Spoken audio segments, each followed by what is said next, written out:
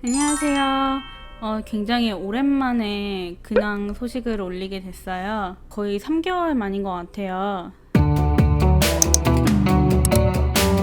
사실 그동안 뭐 유튜브를 계속 올려야겠다라고 생각은 했지만 좀 바쁘기도 바빴고 좌절의 시기라고 해야 되나요? 그런 것들이 좀 있어가지고 좀 계속 힘이 빠지는 일이 좀 발생을 하다 보니까 이제 좀 미뤄지고 또 미루게 되고 뭐 이렇게 하다 보니까 어느덧 10월이 되었습니다.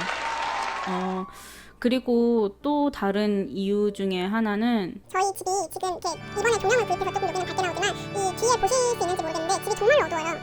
막 저랑 신랑이랑 맨날 그런 얘기 하거든요. 와, 집이 어떻게 하면 이렇게까지 어둡게 집을 만들 수 있냐라고 할 정도로 아침에 일어나서 아침부터 전등을 켜야 돼요. 불을 켜야 되는데 그것도 그렇게 밝지가 않은 거예요. 그래서 촬영을 하기에는 저희가 뭐 조명이 따로 있었던 것도 아니고 그동안은, 그리고 저희 핸드폰도 좋은 핸드폰이 아니다 보니까 그걸 가지고 촬영을 한다는 게 솔직히 너무 쉽지가 않았어요. 그러니까 전등도 켜놓고, 근데 저 같은 경우는 이제 혼자 있을 때는 전등보다는 이제 이 불보다는 스탠드 하나 켜놓고 이제 이렇게 지내는데 그거 하나만 놓고서는 하기에도 좀 많이 부족하더라고요.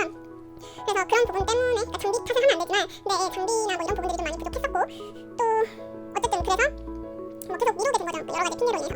그리고 얼마 전에 이제 일 때문에 데스크탑을 구매를 하게 됐어요. 그동안에 노트북을 계속 써왔었고 데스크탑도 쓰긴 했었지만 노트북만큼 편한 게 없어서 노트북을 썼다가 이게 이제 업그레이드를 좀 시켜야 되는 그런 상황이 됐고, 근데 노트북보다 이번에는 좀 데스크탑을 사보자라고 생각을 해서 데스크탑을 좀 구매하게 됐습니다. 애들 찍는 거는 여전히 이 조명이 풍성하지가 않아서 그래도 뭐 근황 토크나 뭐 저 혼자 이렇게 얘기를 하는 그런 부분들은 이제는 조금 많이 개선이 돼서 네, 찍을 수 있을 것 같아요. 일단 3개월 전이기 때문에 첫 번째는 휴가를 다녀왔습니다. 2주 동안 언리미티드 베케이션 클럽 멤버십을 가지고 있기 때문에 그 계열사 중에 그 선스케이프라는 곳에 리조트를 다녀왔어요. 그래서 저희가 거기 갔을 때 이제 리조트 담당하시는 분께서 자기네는 그렇게 다른 그러니까 계열사보다 그렇게 좋지는 않다. 굉장히 시설이나 뭐 이런 모든 부분들이 굉장히 이렇게 하이 퀄리티는 아니다. 뭐 이런 식으로 계속 얘기를 하시길래 그렇구나 그냥 그러고 말았었거든요. 근데 사실 그랬어요. 사실 그래서 뭐 시크릿 계열이나 아니면 다른 계열사보다는 조금 수준이 낮았지만 또 그만큼 저렴하게 갔다 왔고요. 저희는 굉장히 만족하고 왔습니다. 1주 동안 이렇게 갔다 오는 거는 사실 조금 아쉬움이 좀 남았었는데 2주 갔다 오니까 이제 집에도 가고 싶어지고 애들도 걱정이 되고 더 이상 이제 아쉬움이 남지 않는 뭐 그런 휴가를 잘 다녀왔고요. 시골에 있는 집 한 채를 이제 판매를 올렸었고 이제 바이어가 나타나서 이제 모든 프로세싱이 진행이 됐고 7월 31일 날이 원래는 포지션 데이트였어요. 그래서 저희가 이제 그거를 안심하고 휴가를 갔었던 건데 이 바이어가 깨기에서 돈을 만들지 못해서 이 딜은 취소가 됐습니다. 처음부터 사실 이 딜에 대한 좀 걱정이나 좀 오점이라고 해야 되나요? 허점이라고 해야 되나요? 그런 것들이 좀 많이 있었어요. 뭐 예를 들어서 대부분 이제 나는 이만큼 이 딜을 굉장히 진지하게 고려를 하고 있고 나는 이 집을 정말로 사고 싶다라는 마음을 내비추기 위해서 그 디파짓을 내요. 그래서 디파짓을 내고 만약에 그냥 단순 변심으로 내가 이 딜을 그만할래 라고 하면 그 디파짓을 못 받는 거거든요. 대부분은 1000불 이상을 항상 걸어요. 그러니까 그만큼 시리어스하고 그리고 이렇게 쉽게 이렇게 돌아설 수는 없는 금액인 거잖아요. 솔직하게 1000불이면 물론 누구한테는 굉장히 적은 돈일 수도 있지만 사실 일반 사람들한테는 그렇게 워커웨이 하는 게 이렇게 쉽지는 않으니까 정말로 내가 시리어스하다라고 생각을 해서 때로는 3000불 어쩔 때 5000불 이렇게 걸어버리면, 근데 이 바이어 같은 경우는 겨우 500불밖에 하질 않았었어요. 그래서 좀 걱정을 좀 많이 했어요. 근데 그 당시에 저희 리얼터가 걱정하지 말라고, 시골은 원래 이런 일들이 되게 많다고, 그러면서 걱정하지 말라고 막 계속 그렇게 얘기를 했고, 그래서 이 리얼터를 좀 많이 믿었었던 것 같아요.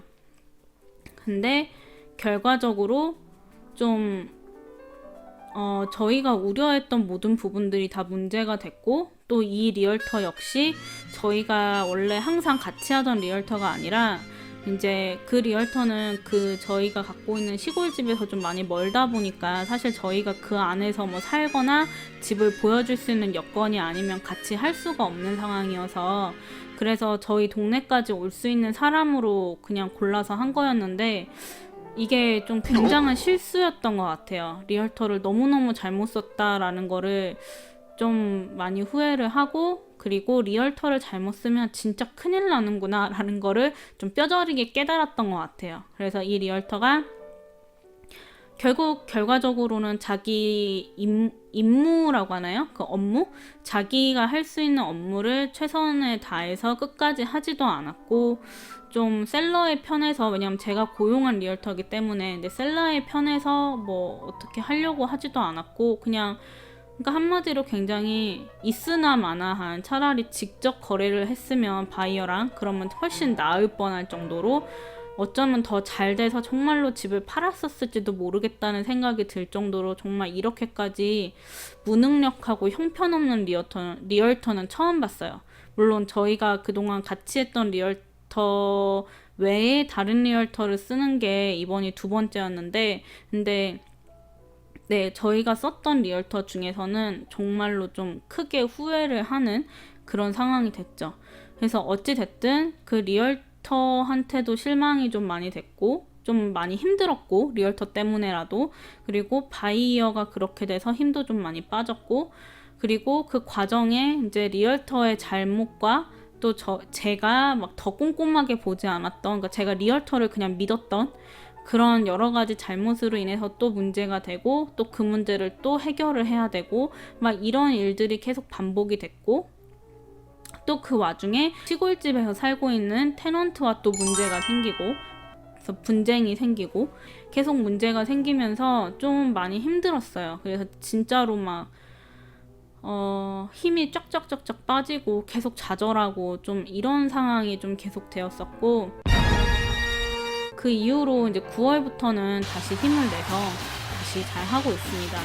그래서 결과적으로는 딜은 캔슬이 됐고, 집은 여전히 저희가 이제 계속 팔려고 시도를 할 거고, 그리고 지금 테넌트와는 계속해서 분쟁이 지금 형성이 되고 있고, 또 저희가 그동안 좀 테넌트가 좀 되게 맘대로 굴고 좀 말이 안 되게 굴었어도 계속 그거를 받아주려고 노력을 하고 좀 좋은 관계를 유지를 하려고 노력을 했다가 이게 좀 도가 지나쳐 버렸어요. 그쪽이 하는 게.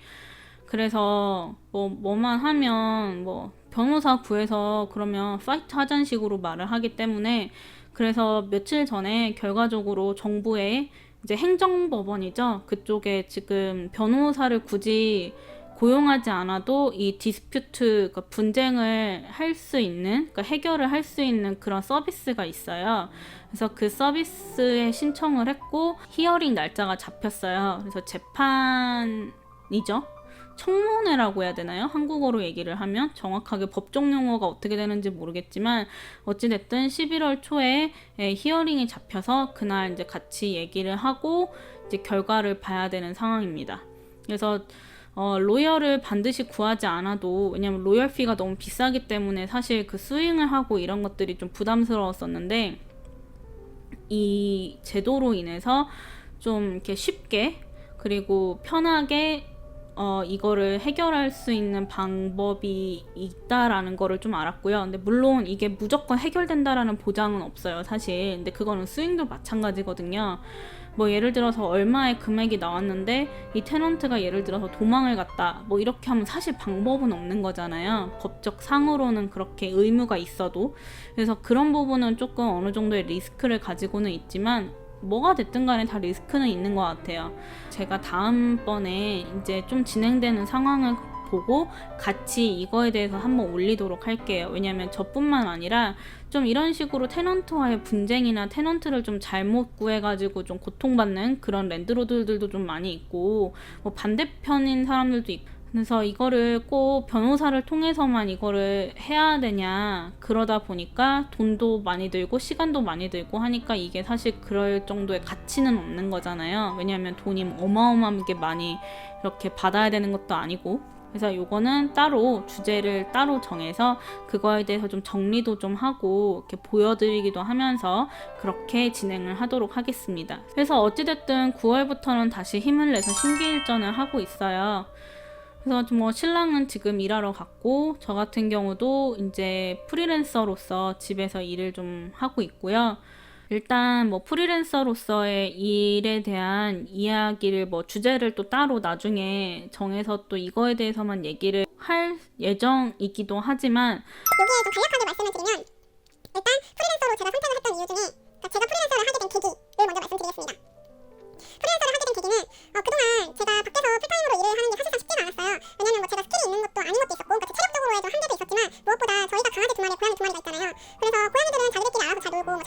저희 강아지 애들은 실외 배변만 저희가 시키려고 이렇게 하다 보니까 얘들을 이렇게 시간 딱딱 됐을 때 내보내서 화장실을 가게 하는 것도 그렇고 밥을 주는 것도 그렇고 여러 가지로 걸리는 거예요. 그래서 뭐 얘들을 뭐 나갈 때 뭐 집안에 풀어놓고 나갈 수도 없으니까 뭐 캔내에 넣어놓고 가기에는 하루 종일 밖에서 있어야 되는데 이게 쉽지가 않더라고요. 그래서 그때 실내 배변으로 한번 바꿨었는데 그렇게 하다 보니까 그것도 또 쉽지가 않고. 아, 집에서 할 수 있는 일을 좀 찾아보자라고 생각을 하다가 이제 이 직업을 가지게 됐고, 원래 제가 하려고 했던 전공하고도 좀 잘 맞고, 저랑도 되게 잘 맞는 것 같아요. 그래서 굉장히 좀 잘 생각을 했다라고 판단을 하고 있고,